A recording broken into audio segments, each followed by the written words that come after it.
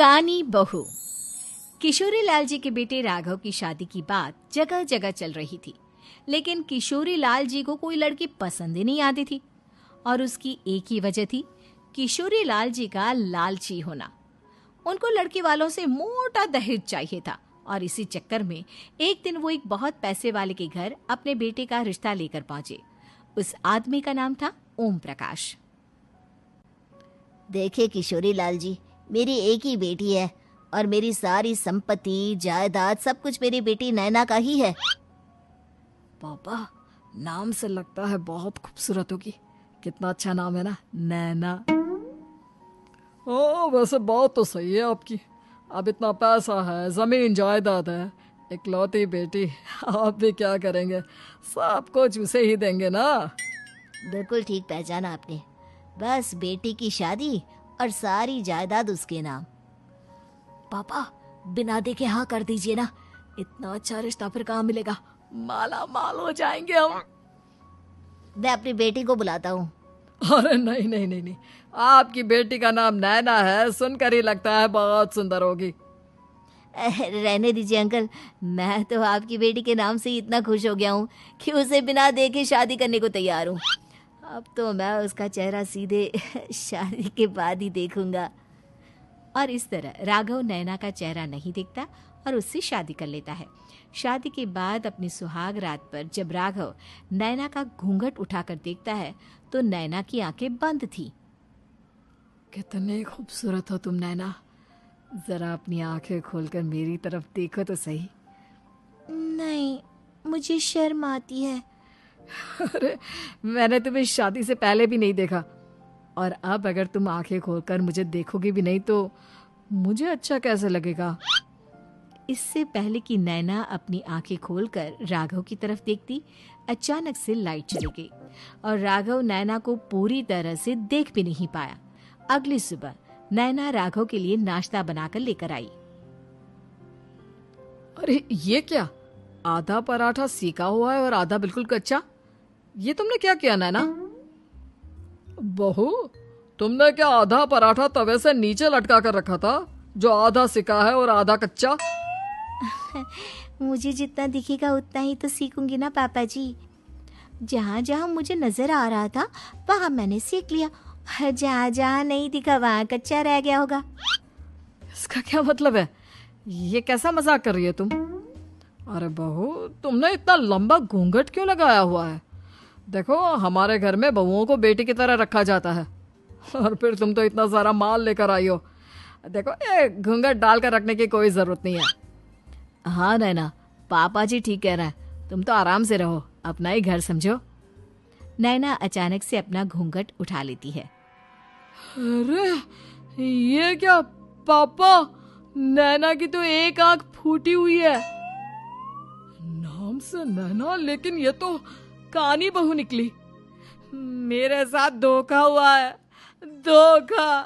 बिना दिखाए अपनी कानी लड़की मेरे संग ब्याह दी। मुझे कानी भी नहीं चाहिए। मुझे अभी ओम प्रकाश जी से बात करनी पड़ेगी। आखिर उन्होंने मेरे साथ ऐसा किया क्यों? अरे, आप लोगों ने ही तो पापा से कहा था कि आप लोग शादी से पहले मुझे देखना नहीं चाहते। अब मेरे पापा पर क्यों इल्जाम लगा रहे हैं? अरे लेकिन उन्हें बताना तो चाहिए था ना कि तुम कानी हो, एक आंख से तुम्हें दिखाई नहीं देता। किशोरी लाल और राघव नाराज होकर ओम प्रकाश को अपने घर बुलाते हैं। पापा जी, ये आपने क्या किया? शादी से पहले बताया क्यों नहीं कि नैना की आंखों में परेशानी है? अरे, आप ही ने तो लड़की देखने से मना कर दिया था। अरे लेकिन आप बता तो सकते थे। आपको तो हमारी बेटी की प्रॉपर्टी चाहिए थी, वो भी पूरी की पूरी। अब क्या हुआ अगर उसे आधा दिखाई देता है? प्रॉपर्टी तो आपको पूरी मिल गई ना। अरे ये क्या बात हुई? मेरी शादी प्रॉपर्टी से नहीं, आपकी बेटी से हुई है। अब ये तो पहले सोचना चाहिए था, तब तो मेरी प्रॉपर्टी देखकर तुम्हारी जुबान लप लपा रही थी। लेकिन मैं कानी लड़की को अपनी बीवी बनाकर नहीं रख सकता। पापा, कुछ करिए ना आप। हाँ, करता हूँ। देखिए ओम प्रकाश जी, आप हमारे साथ ऐसा नहीं कर सकते। और तुम देखो, अगर तुमने मेरी बेटी से शादी तोड़ी ना, तो जो भी प्रॉपर्टी मैंने तुम्हें दी है वो तो पूरी की पूरी वापस ले ही लूँगा, और आधी प्रॉपर्टी तुम्हारी भी लूँगा। अरे मेरी आधी प्रॉपर्टी भला क्यों लेंगे आप? इसलिए क्योंकि मेरी बेटी को आधा नजर आता है और उसकी नजर अभी तक तुम्हारी आधी जायदाद पर ही पड़ी है। अब तुम उसे घर से निकालोगे तो कुछ तो लेकर जाएगी ना। और अगर हम आपकी बेटी को अपने घर की बहू बनाकर रखे तो? तो तुम्हारी पूरी प्रॉपर्टी तुम्हारी ही रहेगी, और जो मैंने तुम्हें दिया है ना, उसमें से बस मैं आधा लेकर जाऊंगा। अरे लेकिन अब आप अपनी दी हुई प्रॉपर्टी में से आधी वापस क्यों लेकर जाएंगे? अगर मैं आपकी बेटी को अपनी पत्नी बनाकर रखने को तैयार हूं तो? इसलिए ताकि भविष्य में अगर तुम मेरी बेटी को धोखा दो तो उसके पास कुछ तो रहे जो पति का हो। वैसे मेरे पास तो बहुत कुछ है, लेकिन अपने पति की कोई निशानी तो उसके पास होनी चाहिए ना। अब अगर तुमने मेरी बेटी को कानी कहा तो तुम्हें प्रॉपर्टी भी कानी ही मिलेगी, पूरी नहीं। जमाए राजा।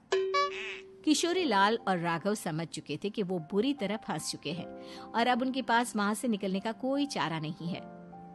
अब समझ में आया ना, लालच बुरी बला होती है। एक तो तुम्हें प्रॉपर्टी मिली, ऊपर से बीवी मिली, उसमें तुम्हें नखरे भी दिखाने हैं। आए बड़े, चुपचाप बैठो दोनों। कुछ दिनों के बाद नैना राघव की कार लेकर बाजार घूमने निकलती है और जब कार लेकर वापस आती है, ये क्या?